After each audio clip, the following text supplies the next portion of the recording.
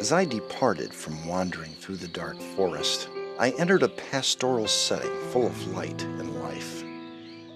I suddenly felt guiltless and accepted. With the bright morning sun warming me, I knew this place was special. There was life here. As I moved through the pasture, gazing at this holy mountain, I came across others celebrating this find. Some were grilling, some taking a nap. I saw the athletic men imposing their physical prowess in a game of volleyball. Others just soaked in the rays of another day. As I passed a man deeply involved in polishing his new sports car, I wondered why all these people stopped at the base of this holy mountain, why they had not sought the one who made the mountain holy. As I pondered this question, the fragrance of grilling bratwurst and barbecued chicken, and that hammock beyond those trees called to me. They said, "Relax, enjoy, and celebrate." And I understood the answer to my question. But my interest and curiosity in this mountain compelled me to make the decision to climb, in spite of the inviting pleasures and enchanting temptations I was leaving behind. As I began my ascent, I noticed others who also made the decision to climb. I was not alone. For one reason or another, they had stopped climbing. They were reclining against the warm stone, embracing the morning, and seemed content enough where they were. I noticed the climb becoming more difficult the further I moved up the mountain. My backpack also began to weigh on me, and I understood why they had stopped. I reached a level where I could rest. I removed my backpack and felt suddenly relieved. I knew if I were to continue, I would need to lighten my load. As I reached into the backpack, I was surprised at what I found.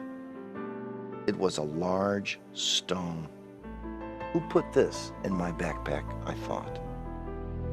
Just as I was about to toss it down the mountain, I noticed a word written on the side of the stone. It simply said, "Fear." As I tossed it over the edge, it slowly vanished into thin air. I was too tired to understand the meaning of all this and more relieved to be free of that extra weight. I immediately felt lighter, stronger, more capable of climbing than ever before. I reached into my backpack again to seek out other things that were weighing me down, only to find more stones. They also had words on them, cares of this world, sin, unforgiveness. I began chucking them over the edge with purpose and resolve until all the stones I could see were gone.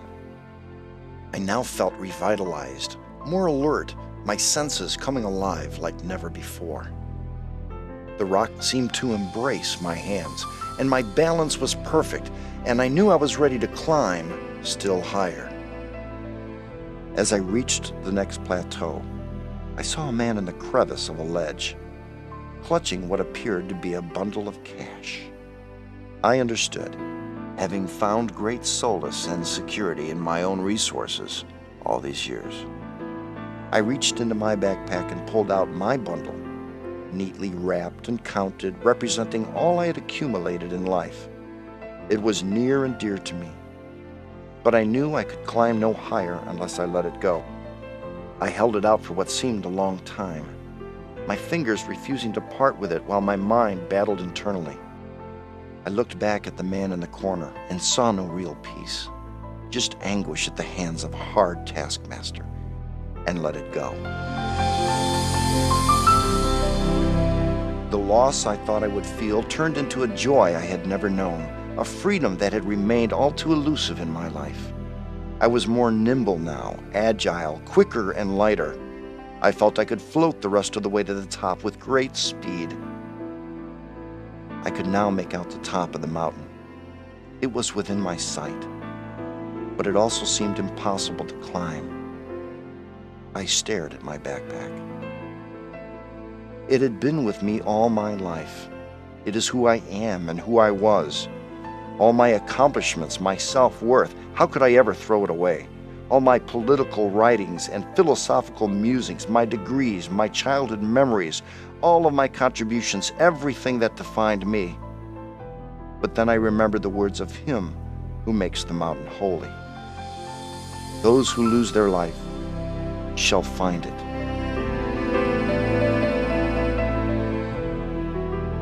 Was it possible that my self-worth, my accomplishments, my attained knowledge were weights? Could my self-described importance actually hold me back from finding my real life, my real worth in Him? What a paradox I discovered. Those things intended to prop me up held me back. Well, no more, I said to myself. With reckless abandon, I tossed the entire backpack over the edge and crossed the point of no return. I now felt energized and more aware. The air here was crisp and fresh, and I felt alive. I knew there was nothing left to stop me from reaching the top and finding that abundant life.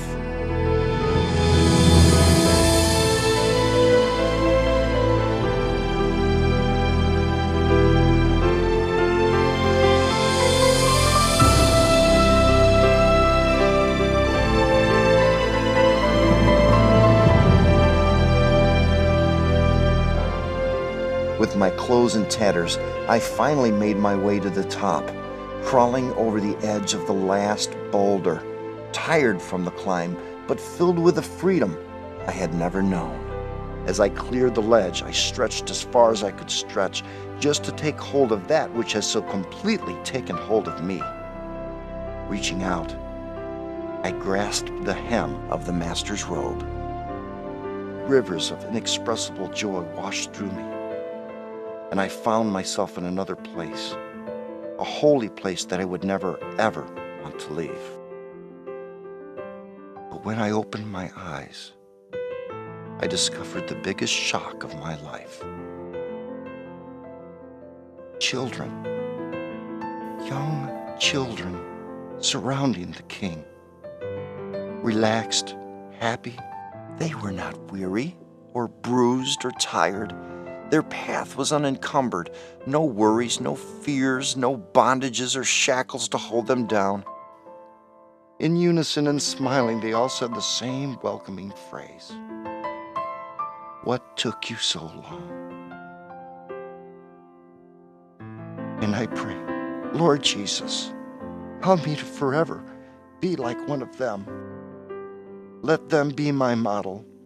Help me see them as you see them. The Master smiled at me and said, "Today you have become like one of these." And I knew that I was home.